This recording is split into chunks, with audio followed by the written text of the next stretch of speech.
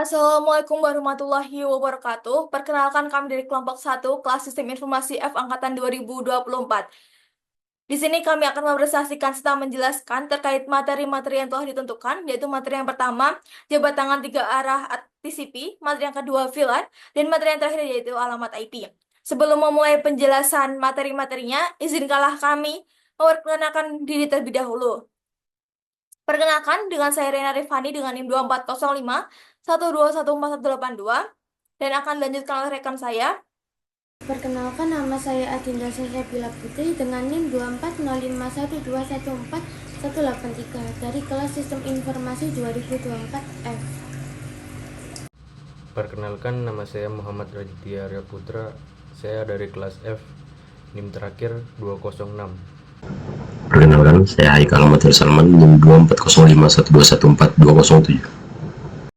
Perkenalkan, nama saya Ahmad Nurillah, NIM saya 240512141187. Saya dari kelas Sistem Informasi F angkatan 2024. Kita masuk ke materi yang pertama, yaitu terkait jabat tangan tiga arah TCP. Sebelumnya, apa itu jabat tangan tiga arah TCP? Jabat tangan tiga arah atau jabat tangan tiga arah TCP adalah proses yang digunakan dalam jaringan TCP atau IP untuk membuat koneksi antara server dan klien.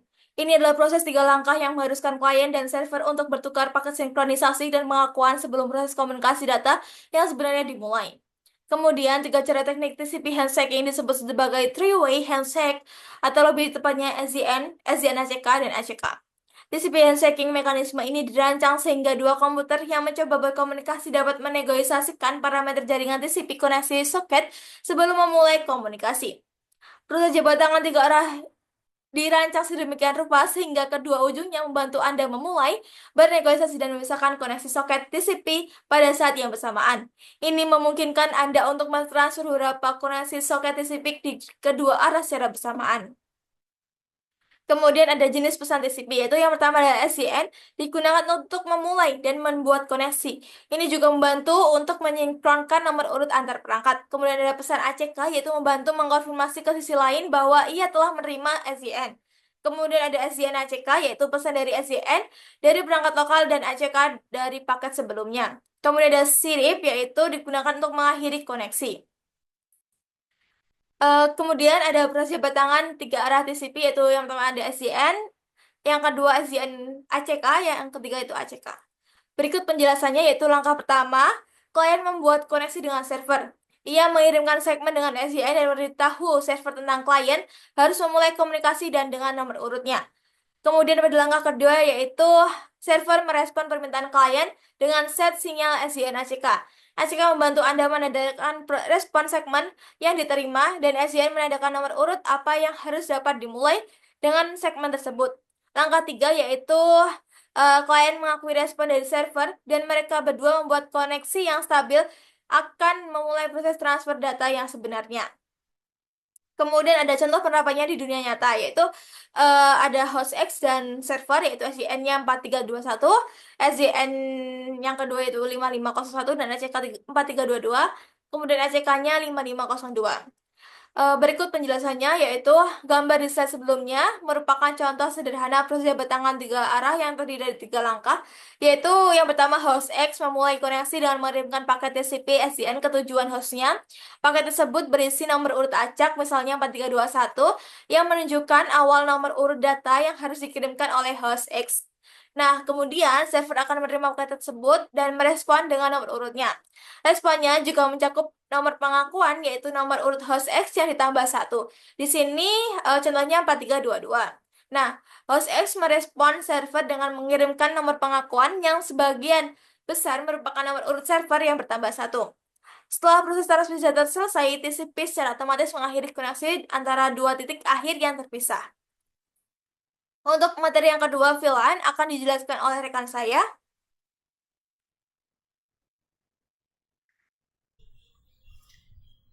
Materi 2, VLAN. VLAN adalah jaringan khusus yang dibuat dari satu atau lebih jaringan area lokal. Ini memungkinkan sekelompok perangkat yang tersedia di beberapa jaringan untuk digabungkan menjadi satu jaringan logis. Hasilnya menjadi LAN virtual yang dikelola seperti LAN fisik. Bentuk lengkap VLAN didefinisikan sebagai jaringan area lokal virtual Bagaimana VLAN bekerja? VLAN dalam jaringan diidentifikasi dengan nomor. Kisaran yang valid adalah 1 sampai 4094. Pada saklar VLAN, Anda menetapkan port dengan nomor VLAN yang tepat. Switch kemudian mengizinkan data yang perlu dikirim antara berbagai port yang memiliki VLAN yang sama. Karena hampir semua jaringan lebih besar dari satu switch, maka harus ada cara untuk mengirimkan lalu lintas antara dua switch. Salah satu cara sederhana dan mudah untuk melakukan ini adalah dengan menetapkan port pada setiap switch jaringan dengan VLAN dan menjalankan kabel di antara keduanya. Rentang VLAN 04095, VLAN cadangan yang tidak dapat dilihat atau digunakan. VLAN 1, ini adalah VLAN default switch. Anda tidak dapat menghapus atau mengedit VLAN ini, tetapi VLAN ini dapat digunakan. VLAN 21001, ini adalah rentang VLAN normal. Anda dapat membuat, mengedit, dan menghapusnya. VLAN 1002 sampai 1005. Rentang ini merupakan rentang default Cisco untuk token ring dan FDDI. Anda tidak dapat menghapus VLAN ini. VLAN 1006 sampai 4094. Ini adalah jaringan VLAN yang diperluas. Contoh VLAN. Pada contoh di bawah ini ada 6 host di 6 switch yang memiliki VLAN berbeda. Anda memerlukan 6 port untuk menghubungkan saklar secara bersamaan. Artinya, jika Anda memiliki 24 VLAN berbeda, Anda hanya akan memiliki 24 host pada 45 port switch. Karakteristik VLAN. LAN virtual menawarkan struktur untuk membuat kelompok perangkat meskipun jaringannya berbeda. Ini meningkatkan kemungkinan domain siaran di LAN. Penerapan VLAN mengurangi resiko keamanan karena jumlah host yang terhubung ke domain siaran langsung. Hal ini dilakukan dengan mengkonfigurasi LAN virtual terpisah hanya untuk host yang memiliki informasi sensitif. Ini adalah model jaringan fleksibel yang mengelompokkan pengguna berdasarkan departemen mereka, bukan lokasi jaringan. Mengubah host atau pengguna pada VLAN relatif mudah. Itu hanya memerlukan konfigurasi tingkat port baru. Hal ini dapat mengurangi kemacetan dengan berbagi lalu lintas karena VLAN individual bekerja sebagai LAN terpisah. Sebuah workstation dapat digunakan dengan bandwidth penuh di setiap port. Realokasi terminal menjadi mudah. Sebuah VLAN dapat menjangkau beberapa switch. Tautan dari terang dapat membantu lalu lintas untuk beberapa LAN. Baik, lalu di sini ada jenis VLAN. Nah, jenis VLAN ini terbagi menjadi 3, yaitu VLAN berbasis port, VLAN berbasis protokol, dan juga VLAN berbasis MAC. Nah, untuk VLAN berbasis port ini, VLAN ini mengelompokkan jaringan area lokal virtual berdasarkan port. Dalam LAN virtual jenis ini, port switch dapat dikonfigurasi secara manual ke anggota VLAN. Perangkat yang tersambung ke port ini akan menjadi milik domain siaran yang sama karena semua port lainnya dikonfigurasi dengan nomor VLAN yang sama. Tantangan jaringan jenis ini adalah mengetahui port mana yang sesuai untuk setiap VLAN. Keanggotaan VLAN tidak dapat diketahui hanya dengan melihat port fisik suatu switch. Anda dapat menentukannya dengan memeriksa informasi konfigurasi. Lalu untuk VLAN berbasis protokol, jenis VLAN ini itu memproses lalu lintas berdasarkan protokol yang dapat digunakan untuk menentukan kriteria pengfilteran untuk tag yang merupakan paket yang tidak diberi tag. Pada virtual local area network ini, protokol layer 3 dibawa oleh frame untuk menentukan keanggotaan VLAN. Ia bekerja di lingkungan multiprotokol. Metode ini tidak praktis dalam jaringan yang didominasi IP. Lalu untuk VLAN berbasis MAC, VLAN berbasis MAC memungkinkan paket masuk yang tidak diberi tag untuk ditugaskan ke LAN virtual dan dengan demikian mengklasifikasikan lalu lintas tergantung pada alamat sumber paket.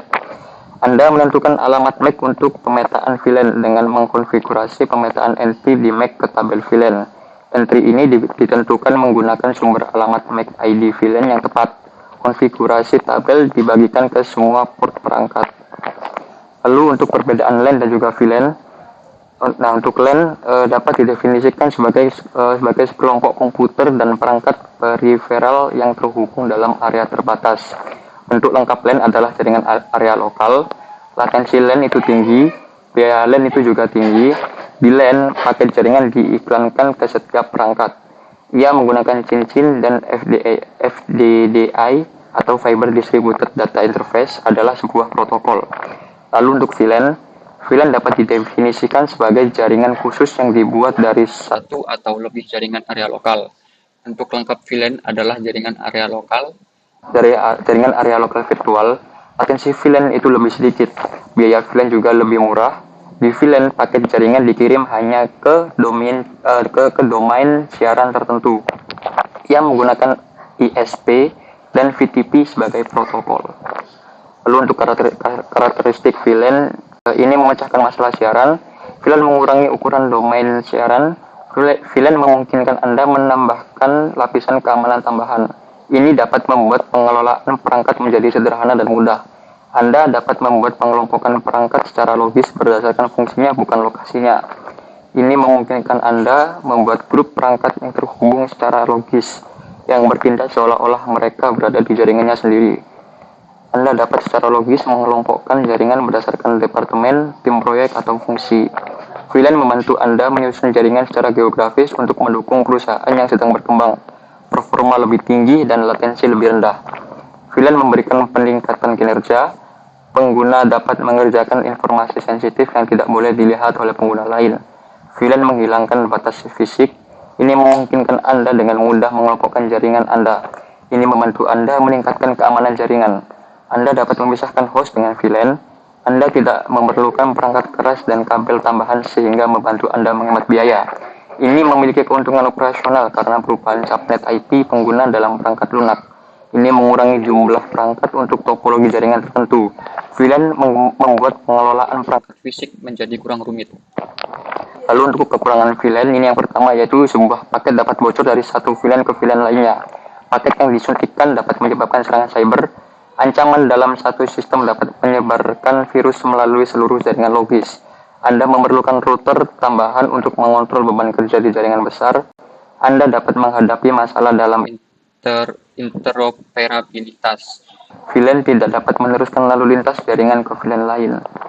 Nah, untuk pengaplikasian VLAN atau tujuan VLAN-nya, yaitu yang pertama, VLAN digunakan ketika Anda memiliki 200 lebih perangkat di LAN Anda.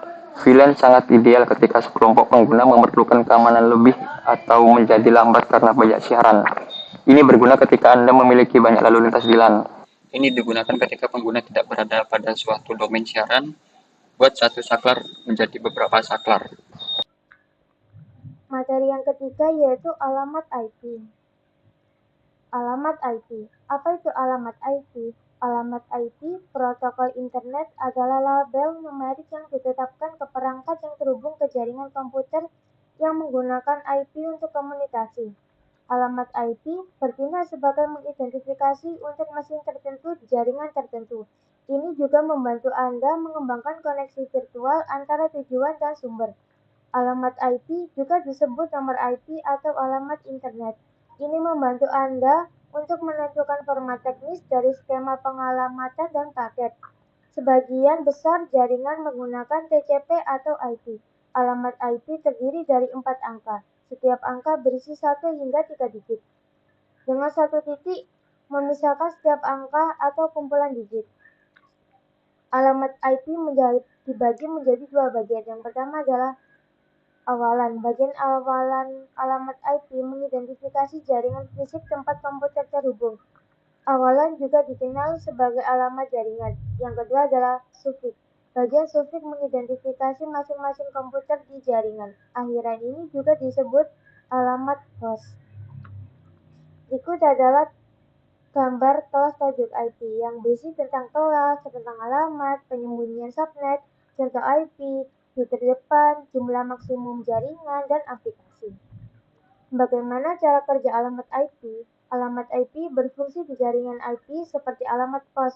Misalnya, alamat pos menggabungkan 2 alamat. Alamat atau wilayah Anda sebagai alamat rumah Anda.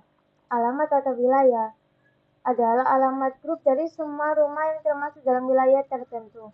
Alamat rumah adalah alamat unik rumah Anda di daerah tersebut. Di sini, wilayah Anda diwakili oleh nomor kode PIN.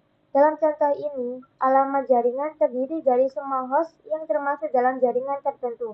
Alamat host adalah alamat unik dari host tertentu dalam jaringan tersebut. Alamat IP kelas A. Kelas alamat IP ini digunakan ketika jumlah hostnya banyak. Dalam jaringan tipe kelas A, 8 bit pertama atau juga disebut sebagai oktet pertama digunakan untuk mengidentifikasi jaringan, dan sisanya memiliki 24 bit untuk host ke dalam jaringan tersebut.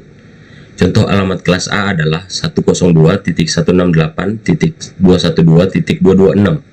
Di sini, 102 membantu Anda untuk mengidentifikasi jaringan, dan 168.212.226 digunakan untuk mengidentifikasi host. Alamat kelas A yaitu 127.1.0.0.0 hingga 127.255.255.255 tidak dapat digunakan dan dicadangkan untuk fungsi loopback dan diagnostik. Jaringan IP kelas B.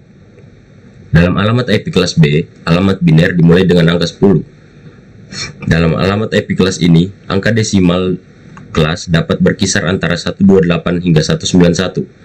Angka 127 dicadangkan untuk fungsi loopback yang digunakan untuk pengujian internal pada mesin lokal. 16 bit pertama atau juga dikenal sebagai 2 oktet pertama membantu Anda untuk mengidentifikasi jaringan. Sisa 16 bit lainnya digunakan untuk menunjukkan host dalam jaringan. Contoh alamat IP kelas B adalah 168.212.226.204 yang dimana 168.212 digunakan untuk mengidentifikasi jaringan, sedangkan 226 dan 204 digunakan untuk membantu Anda mengidentifikasi host dalam jaringan tersebut. Kemudian alamat IP kelas C. Alamat IP kelas C adalah jenis alamat IP yang digunakan untuk jaringan kecil. Di kelas ini, 3 oktet pertama digunakan untuk membuat indentasi jaringan. IP ini berkisar antara 192 hingga 223.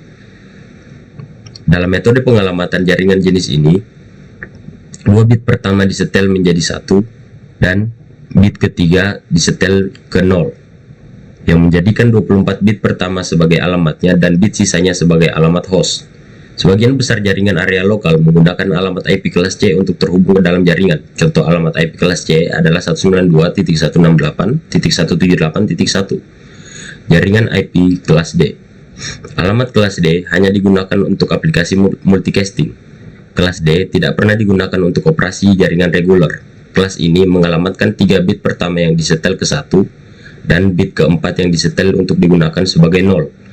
Alamat kelas D adalah alamat jaringan 32 bit. Semua nilai dalam rentang tersebut digunakan untuk mengidentifikasi grup multicast secara unik. Oleh karena itu, tidak ada persyaratan untuk mengekstrak alamat host dari alamat IP, sehingga kelas D tidak memiliki subnet mask apapun. Kemudian jaringan kelas E. Alamat IP kelas E ditentukan dengan memasukkan 4 bit alamat jaringan awal sebagai 1, yang memungkinkan Anda berdua menggabungkan alamat dari 240.0.0.0 hingga 255.255.255.255. Namun, kelas E dicadangkan dan penggunaannya tidak pernah ditentukan. Oleh karena itu, banyak implementasi jaringan yang membuang alamat ini karena dianggap tidak terdefinisi atau ilegal. Contoh untuk alamat IP kelas E yaitu 243.164.89.28. Keterbatasan pengalamatan IP berkelas. Berikut adalah kekurangan-kekurangan metode pengalamatan IP classful. Yang pertama, risiko kehabisan ruang alamat dalam waktu dekat. Dan yang kedua, batasan kelas tidak mendorong alokasi ruang alamat yang efisien. Aturan untuk menetapkan ID jaringan. ID jaringan akan ditetapkan berdasarkan aturan yang diberikan di bawah ini. Aturan pertama, ID jaringan tidak dapat dimulai dengan 127 karena 127 milik alamat kelas A dan dicadangkan untuk fungsi loopback internal. Kemudian aturan kedua, semua bit ID jaringan yang disetel ke 1 dicadangkan untuk digunakan sebagai alamat siaran IP dan tidak dapat digunakan. Kemudian aturan ketiga, semua bit ID jaringan disetel ke 0. Semua bit ID jaringan disetel ke 0 bit tersebut digunakan untuk menunjukkan host tertentu di jaringan lokal dan tidak boleh dirutekan. Kesimpulannya, Alamat IP atau Internet Protocol alias protokol internet adalah label numerik yang ditetapkan ke perangkat yang terhubung ke jaringan komputer yang menggunakan IP untuk komunikasi. Alamat IP dibagi menjadi dua bagian, yaitu alamat awalan dan alamat akhiran. Alamat IP berfungsi di jaringan seperti alamat pos. Misalnya, alamat pos menggabungkan dua alamat, yaitu alamat dan wilayah Anda sebagai alamat rumah Anda. Kemudian dalam jaringan tipe kelas A, 8 bit pertama atau juga disebut oktet pertama digunakan untuk mengidentifikasi jaringan, dan sisanya memiliki 24 bit untuk host ke dalam jaringan tersebut. Dalam jaringan tipe kelas B, 16 bit pertama atau juga dikenal sebagai 2 oktet pertama membantu Anda untuk mengidentifikasi jaringan. Sisa 16 bit lainnya menunjukkan host dalam jaringan tersebut. Di kelas C, 3 oktet digunakan untuk membuat indentasi jaringan. IP ini berkisar antara 192 hingga 223. Kemudian untuk alamat kelas D adalah alamat jaringan 32 bit. Semua nilai dalam rentang tersebut digunakan untuk mengidentifikasi grup multicast secara unik. Alamat IP kelas E ditentukan dengan memasukkan 4 bit awal jaringan awal sebagai satu. Kelemahan utama kelas alamat IP adalah risiko kehabisan ruang alamat dalam waktu dekat. Dan kesimpulan yang terakhir yaitu aturan penting untuk menetapkan ID jaringan adalah bahwa ID jaringan tidak dapat dimulai dengan 127 karena nomor ini milik alamat kelas A dan dicadangkan untuk fungsi